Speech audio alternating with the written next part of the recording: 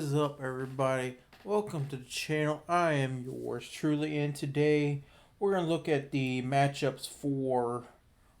This is gonna be like a 2-in-1 type of video. We're gonna break down some of the matchups that's going on tonight. But before we get into that, we gotta get into some breaking news that's coming out.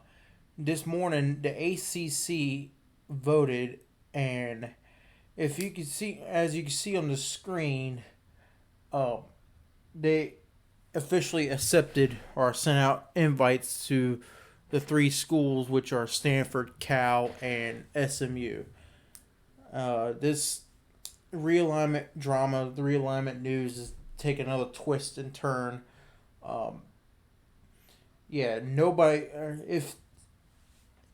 If somebody told you back in 2020 that Stanford and Cal were going to join the ACC, you would have laughed at their face and told them they were crazy.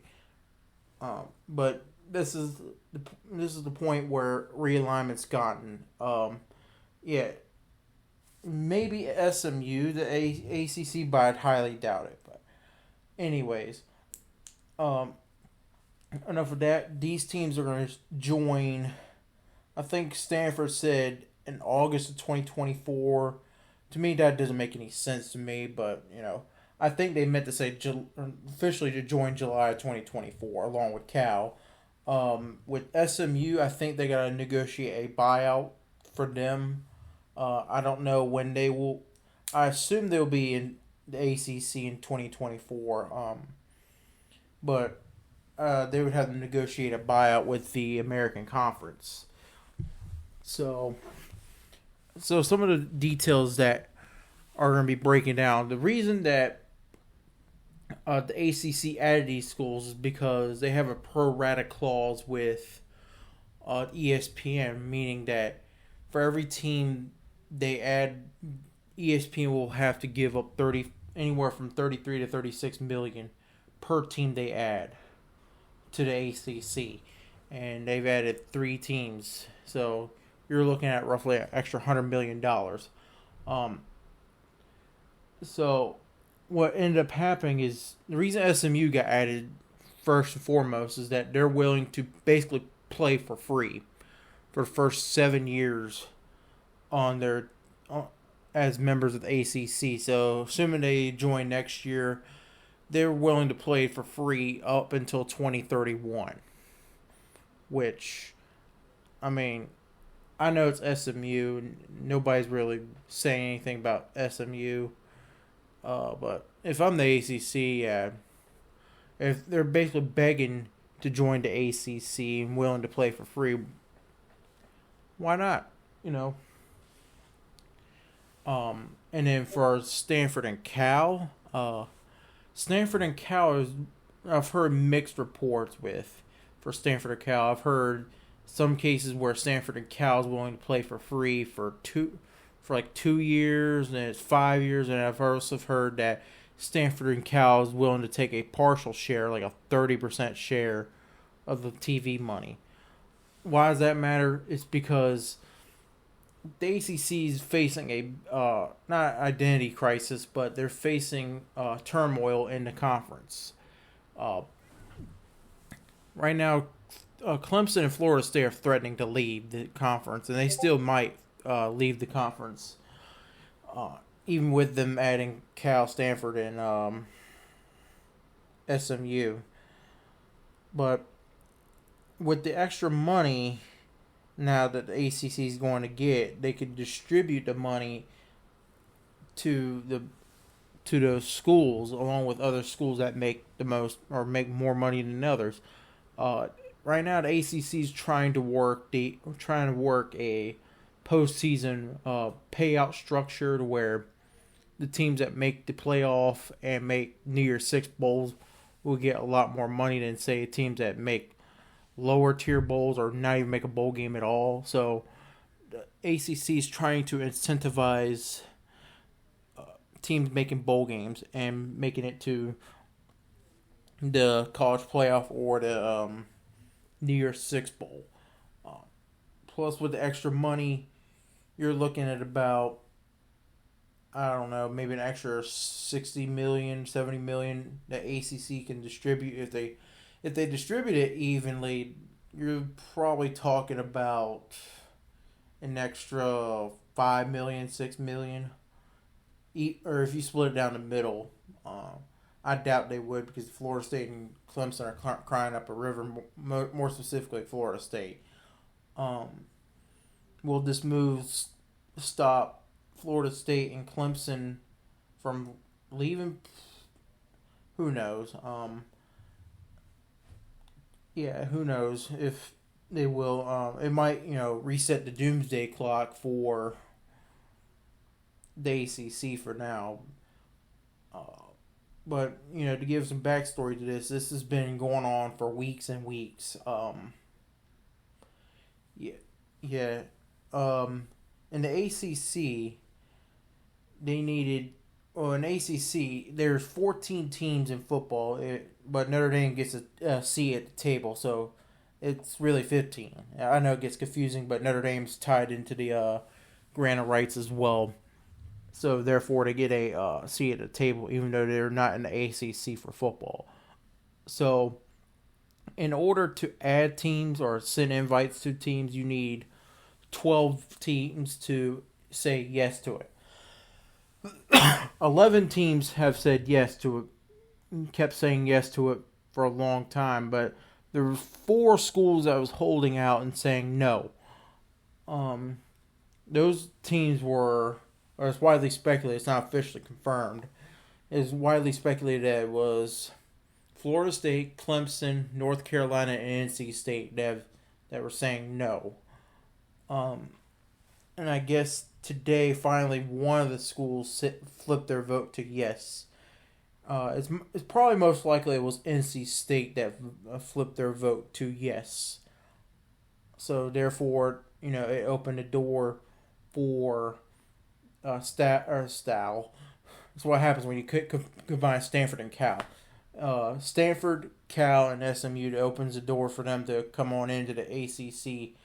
At least for Stanford and Cal, at least for next year. I don't know for sure about SMU. I would have to look at see I would have to look at and see how much they would have to pay up for the buyout to be in the ACC for next year. I imagine it's probably going to be about $15-20 million, somewhere in that range. But if they're willing to play for free in the ACC for 7 years, I think they're going to be able to cover the cost of an exit fee from the American Conference to join the ACC conference. So, it was a great move for SMU to get into the ACC. And as far as Stanford and Cal, congrats to them, because I think for Stanford and Cal, they were going to be either stuck in the American probably the American, or they're just going to be independent, waiting on a Big Ten invite that probably won't come, because Stanford and Cal themselves are not going to hold much value. Now, Stanford Notre Dame would, but not Stanford Cal. So, is a nice. I guess it was a good job by Stanford and Cal in finding a life preserver on the sinking Titanic known as the Pac-12. The biggest losers in the Pac-12's demise is Oregon State and Washington State. I don't even think the ACC would add them. They could, maybe in the future, but I just don't think that's going to happen. Especially Oregon State, because Oregon State's going to want a full share of the ACC, and I don't think the ACC would be interested in it. So I think Oregon State and Washington State most likely will go back down to the Mountain West. So for the Mighty Tree, the Teddy Bears, and the Pony Express, welcome to the ACC. Hope you have great success in the ACC. Anyways, on to the part 2 of this video, which is the Friday night matchups for tonight. So, to start off with, there's not going to be any top 25 teams playing tonight on Friday night. Probably the headline game in this one is going to be Louisville versus Georgia Tech. Louisville versus Georgia Tech, they're going to be both first-year head coaches. This is going to be a neutral site game technically, even though it's really a Georgia Tech home game. Yeah, both teams are going to have first-year head coaches, and I know Brent Key's technically not a first-year head coach, but this is his first full season. If you don't know, Jeff Collins was fired last year, midway through the season, and they hired Brent Key to be the temporary coach, and he did a good enough job, I guess, to get the full-time job. So he's now the coach for Georgia Tech. And then for Louisville, Scott Satterfield, he left to take the Cincinnati job. And here comes Jeff Brahman from Purdue. So should be a fun game to watch to see how the teams are going to play in their first game under first year head coaches. Yeah, this is in Atlanta and the Mercedes-Benz Stadium.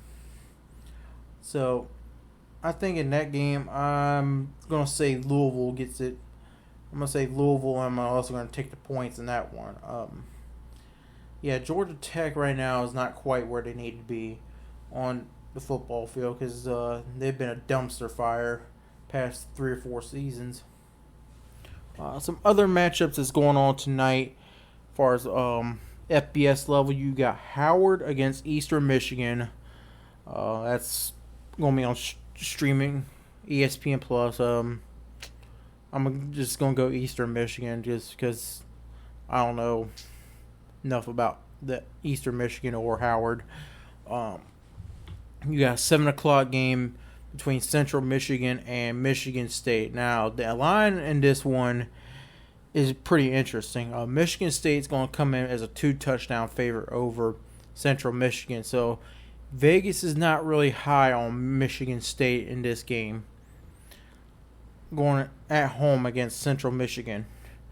Either that or Central Michigan must be a really good team this year that I don't even know about. I still think Michigan State will get it done. But, yeah, it might be around a 3-touchdown win. And then at 7 o'clock as well, you got the battle of the Miami colleges. You got Miami against Miami of Ohio. The battle of the Miamis in South Florida. So, the line in this one is Miami is a 16.5 point favorite. I think this game might actually be close because Miami, they're still trying to find their groove on offense. Other than that, I think Miami will probably win this game, but I would be pretty shocked if Miami of Ohio won this. There's some other games going on too. You have Missouri State against Kansas. Yeah, Kansas last year was America's team for the first half of the season. They went 5-0, 6-0, whatever, and then they just fell off a cliff. I think they'll get this win over Missouri State pretty easily, or should be pretty easily. I know it's Kansas, Kansas in football. That's the biggest laughing stock and biggest meme of college football is Kansas football. And then finally, to wrap things up for tonight, you have an 11 o'clock game between the Mighty Tree, or is known as Stanford, and Hawaii. This is played in Hawaii, so it's going to be a late game. Right now, Stanford's favored by a field goal. I'm going to say Hawaii gets this one at home. Stanford's probably going to be one of the worst, if not the worst team in the Pac-12 this year. They're rebuilding. They've had David Shaw for about 40 years, and then they finally fired him just last year. So they brought in a new coach. It's going to be the first game for the new coach. on the road against Hawaii. I know Hawaii is not a very intimidating place to play, but you know, you basically have to fly out there to Hawaii, and you know, it's just a weird place to play for opposing team. So it probably will be a close game, but I just think Hawaii might edge out Stanford in this one to get a win. So that's going to wrap up the Friday night predictions. I might live stream on YouNow exclusively. If you want to hang out there, you can. You can chill with me. You can donate to the stream. You can hit the like button up there. You can do all kinds of stuff with it. But before that part, if you haven't liked and subscribed to the channel, please do so. It helps out the channel so much if you do. So, if you for the people that have already subscribed, thank you so much for subscribing to the channel. It means everything to me, even for a channel this size. Because if you look at my channel on paper, it's like, oh, your channel ain't nothing. You only got like 20 people subscribed to you. You're a small channel. What do you mean? But I just look at it. Everybody started at 0, and well, even for a channel this size, I appreciate everybody, and I couldn't even do this channel without your support. So, thank you all so much for your continued support, and for the people that haven't hit the subscribe button yet, just hit that subscribe button if you want the latest content from me, and hit that like button if you like the video. Other than that, I will see y'all next time.